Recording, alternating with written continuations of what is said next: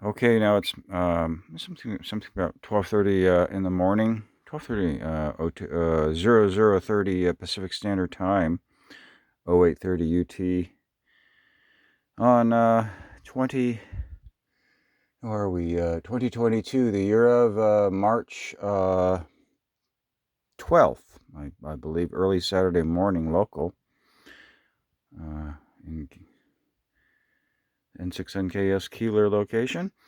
This is the TCS running about 1820 kilohertz. So we just did the startup and all that, and don't need to do the tour. But there's a beautiful TCS 13 that I acquired in 1982 in high school, thanks to Stan, WD6DQV, the instructor at Terralinda High School.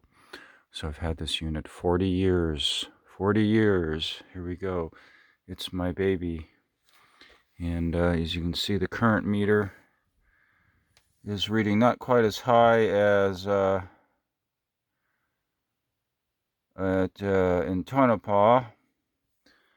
And I think it's probably something to do with, we can just get the tuning. Okay, do the dip here. Just trying to see if we can get this to dip properly. Okay. Sort of have to sweep tuning that, but okay, anyway, already did. Okay. It's not putting out much of a Hertzian wave, just putting out a big voltage field. So we come out here again.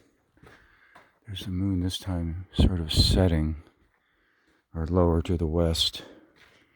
This is at the slightly lower TCS output power of the CW mode, maybe 30 watts. Take the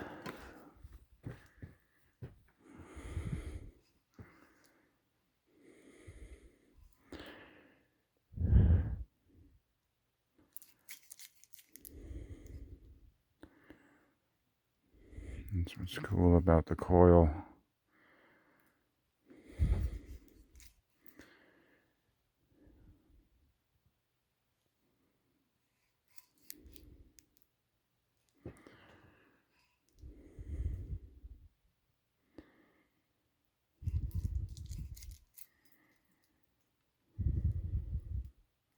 Wireless fluorescence.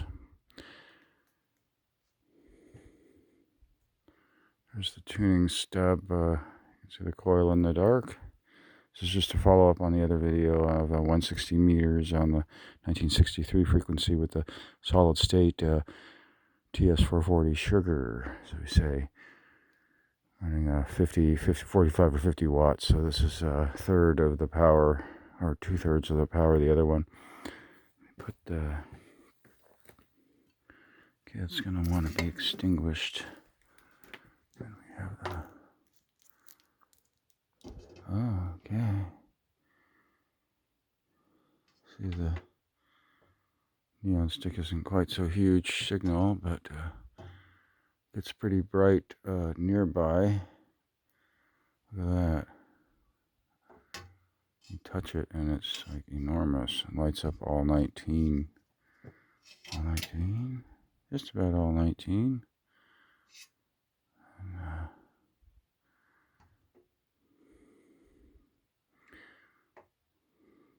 actually, the TCS is probably running about 25 or 30 watts output because it's a little bit less than the Tonopah one. But it sure likes the same thing.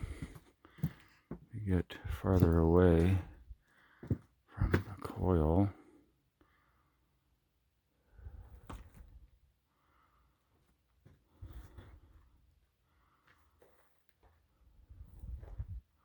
Get farther away from the coil now, about 2.5 meters, 3 meters. Coming up 3 meters from the coil, and it extinguishes 9-10 feet.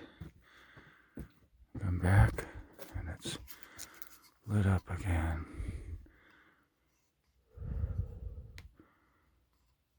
So, as you can see, strong radio signals, radio waves on a ham band just above the AM broadcast band frequencies, really do create a beautiful wireless fluorescent tube lighting, which is really cool. You know, I suppose you could make it how they do the lightsaber in Star Wars.